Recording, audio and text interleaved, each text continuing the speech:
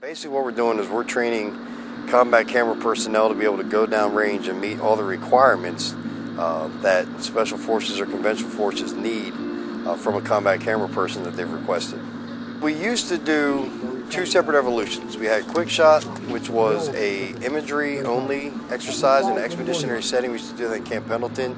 Then we used to come up here for Tactical Firearms Training Team, or TFTT, with Max Joseph, and just do 5 days of weapons. We used to stay in a hotel down in Azusa, and then come up here every day to Burro Canyon and just shoot for 5 days straight to get familiar with team tactics. I've always enjoyed working with combat camera, regardless of what service they are.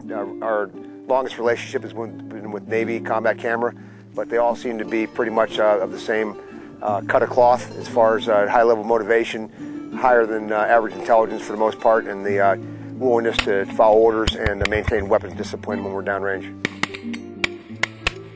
Progression through weapons training, I see a lot of competence, and competence gains confidence. The more confident people are, the more confident they get. The more confident they get, the more they like the training, the more they listen to the training, the more they retain. So it's kind of like just a round robin, where the more confident you get, the more confident you get, the more confident you get, the more confident you get. You know, so it just keeps going and going, and they keep building and building.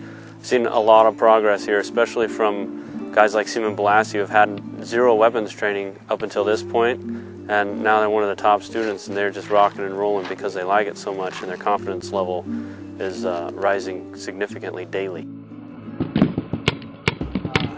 I feel honored to be here amongst some of the best combat cameramen, or the best combat cameramen in the U.S. military. We've got Army, Air Force, and Navy combat camera personnel out here. They're the best. You know, I've been at it for a long time, but you know, you can always teach an old dog new tricks, even though they say you can't. Shot. Rotate your hands. First, place it, off safe. Get it on that lock mechanism. Okay, look at your cover man. He nods, shoot, turn, kick it. Get out of there. You say that, you know, it is the calm before the storm. They try to work you up to doing bigger and better things. So I can assume that after, you know, like tonight and the next couple of days, it'll be a little more high tempo than it has been.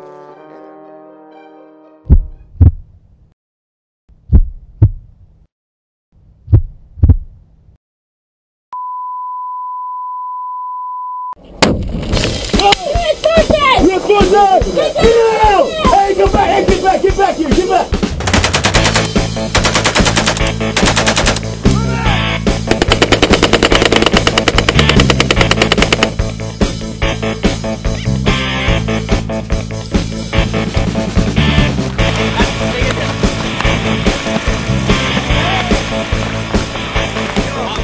You guys are standing here. Oh, here it is. Click, click, click. I feel like I'm in a photo shoot. I know we're Morning. Yo. Welcome to day 8 of your high-risk tactics quick shot course. The progression of this group has been outstanding. You know, I see it because I'm standing behind the line.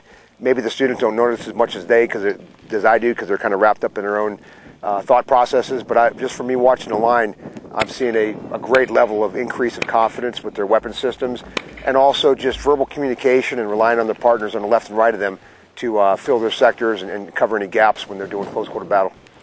Nods, turn, you kicked it. So I think as combat cameras, it's especially important to do this type of training, because it is going to make you more situationally aware and not just focus on that one job, but to still keep your head and eyes moving while you're on the battlefield. Go!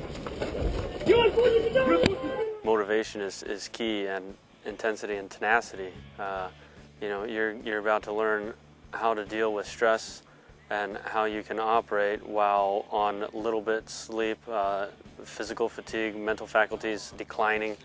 You know, so being out here, they learn a lot on how to operate on fumes, basically. Whoever's sitting in the back seat.